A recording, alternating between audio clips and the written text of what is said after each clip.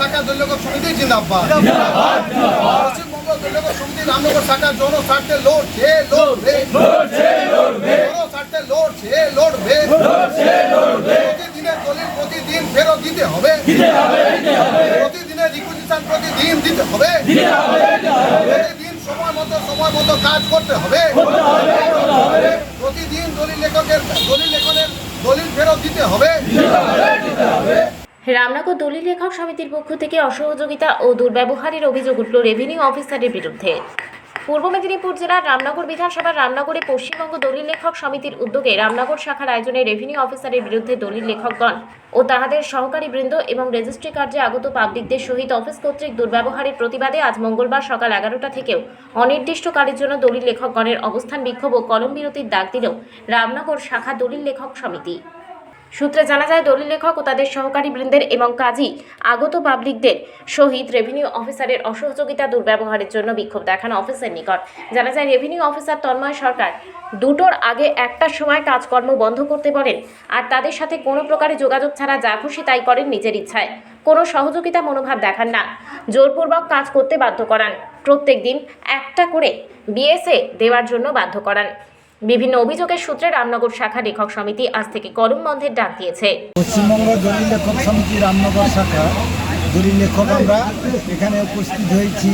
ভেন্ডাররা রয়েছেন আর computer staff সহকারীরা সবাই রয়েছেন। এই কর্মবিরতিতে আমরা হঠাৎ করে কর্মবিরতি করলাম এই কারণে, একটা মানুষ সংসারের দিকে যদি যাওয়া যায়, একটা মানুষ তার সংসারের অন্যান্য পরিবারের কত যন্ত্রণা প্রত্যেক দিন সহ্য করতে পারে। ধৈর্যের একটা সীমা থাকে, আমরা সেই ধৈর্যটা পেরিয়ে গেছি, যার জন্য ধৈর্যের বাঁধ ভেঙে যাওয়ার জন্য আজকে আমরা এই কর্মবিরতি অবস্থান ধর্মঘট ডেকেছি। আর অফিসারের যে দুর্ব্যবহার আগে তো অন্যান্য বক্তারা বলে গেলেন, নতুন করে বলার নেই। আর অধিক দাগ নাম্বার থাকলে কোয়ারি পেতে মাসাধিক সময় লাগে, তারপরে এদিক ওদিক করে তো পয়সা কড়ি দিতেও হয়। আর বেশি বিক্রেতা থাকলে দাতা থাকলে 2টার পরে দলিল দিতে হবে, এক্সট্রা 2000 টাকা দিতে হবে, নাহলে হবে না। আর শুক্রবার দিন 1টার সময় অফিসার চেয়ার ছেড়ে চলে যাবেন। সাধারণ পাবলিকরা একসঙ্গে জুটলে বিভিন্ন রকমের কথাবার্তা হয়, কথাবার্তা শুনলেই অফিসার রেগে দলিল রেজিস্ট্রি বন্ধ করে দিয়ে চলে গেলেন। তো জমা নেওয়া হতো তারই কথা মতো আবার 1টা পর্যন্ত চালু করে দিচ্ছে, যেন সে বিন্দুগুলোকে রাজত্ব আগে। তাহলে বলছেন টাকা দিলে কাজ হয়ে যায়, টাকা না দিলে কাজ হয় না, তাই তো? সে এক প্রকার তাই। আর টাকা দিলে কাজ হয় আর টাকা না দিলে কাজ হয় না। আর কথা বলতে হলে মানে ঘন্টার পর ঘন্টা দাঁড়িয়ে থাকতে হবে, এখন সময় হবে না, পরে আসবে। আমরা সেটা শিয়াল কুকুরের জাত আর কি। পাবলিকের সাথে আমাদের লেখকদের কথা বলতে হয়, কথা আলোচনা করে দলিলটা প্রস্তুত করতে হয়, সেই জন্য যাবো, তাও কথা বলার সময় হয়। উনি এই ধরনের আচরণ আমাদের প্রতি করেন। নামটা আপনার? নাম শ্রী চন্দ্রশেখর সভাপতি। আমরা আগের দিনগুলোতে যেভাবে অফিসে কাজকর্ম করে আসছিলাম, এখন কাজকর্ম করতে গিয়ে আমরা যে অসুবিধার সম্মুখীন হচ্ছি, আমরা কোয়ারিটা সঠিক সময় পাচ্ছি না, যার ফলে পার্টির প্রয়োজন অনুযায়ী আমরা সেই ডেটগুলোতে দলিল রেজিস্ট্রেশন করতে পারছি না। আর কিছু আর সরকারি নিয়মে অন্যান্য অফিসগুলোতে দলিল দিনের দিন ডেলিভারি দেওয়ার প্রভিশন আছে। আমরা বিভিন্ন অফিসে গিয়ে সেই ডেলিভারি সিস্টেমটা পেয়েছি। দলিল আজকে রেজিস্ট্রেশন করলে একটা ইউজার চার্জ দিতে হয়, সেই ইউজার চার্জটা নেওয়া হয় কেবলমাত্র ওই দলিল ডেলিভারি সঠিক সময় দেওয়ার জন্য, কিন্তু সেটা আমরা ওই সময় পাচ্ছি না। এবং সেটা যদি দিনের দিন নিতে হয় তার জন্য একটা বাড়তি 200 টাকা আমাদেরকে 200 টাকা দিতে হয় দলিল পিছনে। বিএসকে নিয়ে আমাদের বলপূর্বক যেটা সারা পশ্চিমবাংলার কোনো অফিসে ম্যান্ডেটারি নেই, সেটাকে আমাদেরকে জোর করে করানো হচ্ছে। নামটা আপনার? আমার নাম শান্তিপদপতি রামু। কি করেন আপনি? দলিল লেখক। কারণ হচ্ছে আমরা বিগত কয়েক বছর ধরে অফিসের সঙ্গে যে পরামর্শ করে আমরা যে কাজগুলো করে আসতাম, বর্তমান এই অফিসার আসার পর থেকে উনার উনার পরামর্শে আমরা সেই কাজ করতাম, কিন্তু বর্তমান উনি আমাদের সঙ্গে যে ব্যবহারগুলো করছেন সেটা উনার কথা মতো আমাদের কাজের মধ্যে কোনো তফাৎ রয়েছে, যার জন্য আমরা আজকে এই কলম বিরতি করতে বাধ্য হচ্ছি। সঙ্গে আরও রয়েছে বিএসকের কথা মাফিক উনি আমাদের সঙ্গে একটা কথা বলেছিলেন যে আপনারা অন্ততপক্ষে ন্যূনতম দলিলটা একটা অন্ততপক্ষে একটা বিএসকের মাধ্যমে আপনারা দলিলটা করবেন। ওনার কথা মতো আমরাও কিন্তু সেই একটা দলিলটা যে কোনো প্রকারে ওনার হইব বা আমাদের ওনার সঙ্গে সহযোগিতা করে হোক একটা দলিল যে কোনো কারণে হয়ে গেছে। এর পরিবর্তেও তিনি আরও কোয়ারিতে 8-10টা কোয়ারিতে বিএসকের মাধ্যমে দলিল করতে হবে বলে তিনি প্রেসার দিচ্ছেন, আমাদের বাধ্য করাচ্ছেন। এট এ টাইম দেখা গেল যে কোনো কারণে দুটো দলিল আমাদের সহকর্মী লেখক দাখিল করেছিলেন, দলিল দুটা তিনি ফেরত দিয়েছেন। তৎকালীন আমরা সমস্ত লেখক একজোট হয়ে অফিসারের কাছে এটা জানতে গেছিলাম। অফিসার তখন বললেন যে আপনারা এতজন এখানে এসছেন কেন, আপনাদের কোনো কথা আমি শুনবো না, যে যা বলছেন কোনো কথা শুনবো না, যার দলিল আমি ফেরত দিয়েছি তার সঙ্গে আমি কথা বলে নেব। তখন আমরা খুব অপমানিত হয়েছি, যেটা কোনো আধিকারিকের পক্ষ থেকে আমরা লেখক আর আধিকারিকের সহযোগিতায় সরকার কিন্তু রেভিনিউ কালেকশন করেন। যেই অফিসার আমাদের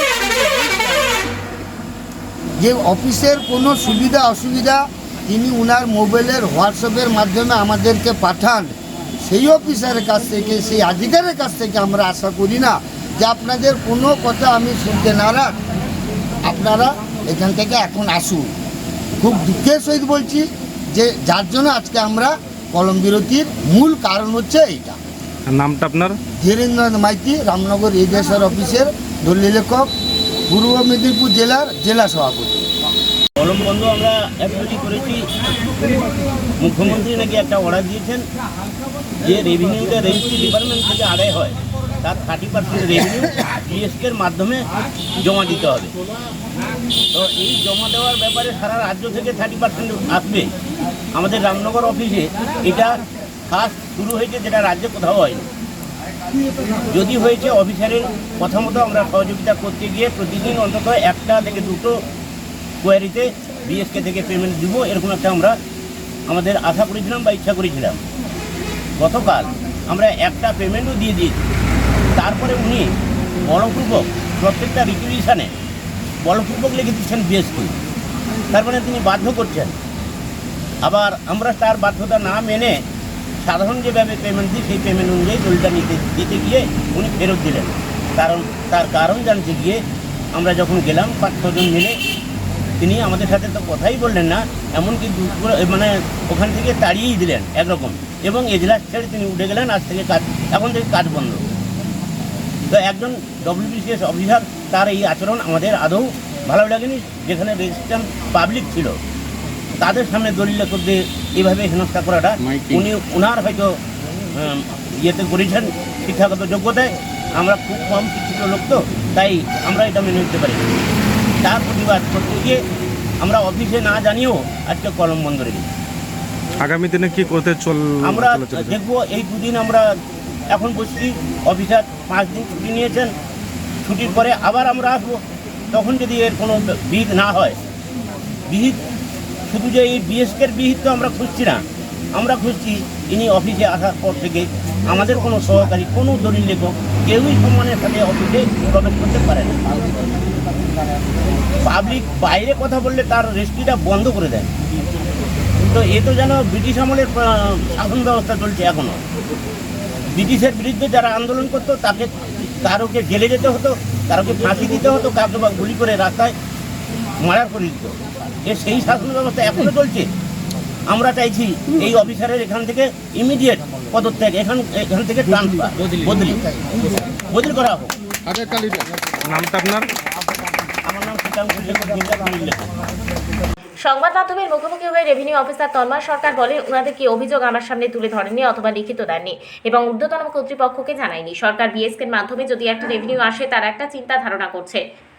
যদি বলেন সেই প্রকল্পটাকে রূপায়ণ করতে রূপ অত্যন্ত একটি করে জমা দেন। কাজের পরিপ্রেক্ষিতে যতটুকু বলা হয়েছে ততটুকুই। তারা যেটা ডিমান্ড করছে পাবলিকের সাথে খারাপ ব্যবহার, সেটা ঠিক নয়। আমি যেহেতু পাবলিক সার্ভেন্ট, আমার দায়িত্ব পাবলিকের সাথে ভালো ব্যবহার করা। নমস্কার। সত্যি কথা বলতে গেলে কলম বন্ধের ব্যাপারটা আমি আজকে অফিসে এসে জানতে পারি। এবার সাধারণত যেটা হয়, যখন কোনো বৃহত্তর আন্দোলনে কেউ যায় তাহলে তার আগে তাদের বেশ কিছু অফিসিয়াল প্রসিজার মেনটেন করে চলতে হয়। মানে কি অভিযোগ সেটা কিন্তু আমাদের কাছে কোনো রকম কোনো স্মারকলিপি জমা পড়েনি, আমার ঊর্ধ্বতন কর্তৃপক্ষও জানেন না। আমি এখানে আসার পরে তাদেরকেও ব্যাপারটা সম্পর্কে অবহিত করিয়েছি। এবার প্রশ্ন হচ্ছে যে দুর্ব্যবহারের প্রশ্ন, যেটা সম্প্রতি সরকার বিএসকের ব্যাপারে, বিএসকের মাধ্যমে একটা রেভিনিউ যাতে গভর্নমেন্টের আসে তার জন্য একটু চিন্তাভাবনা করছে।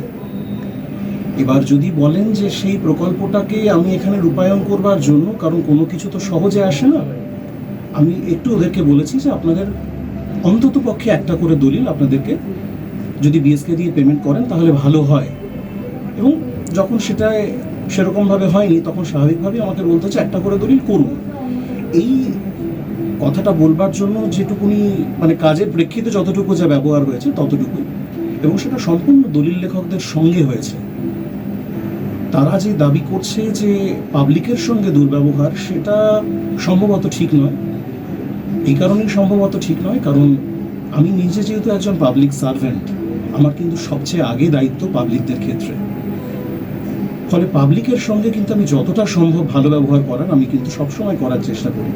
হ্যাঁ, কোনো সরকারি প্রকল্প বাস্তবায়নের জন্য যদি কোনো কিছু বলার ক্ষেত্রে একটু কড়া শব্দ প্রয়োগ করারকে দুর্ব্যবহার বলা হয়, তাহলে সেই ব্যাপারটাতে অবশ্যই আমি দোষী। নামটা স্যার আপনার? আমার নাম তন্ময় সরকার। কোন পদে আছেন?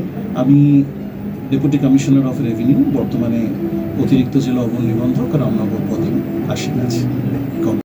রামনগর থেকে নিজস্ব প্রতিনিধির রিপোর্ট, ডিএন আপডেট।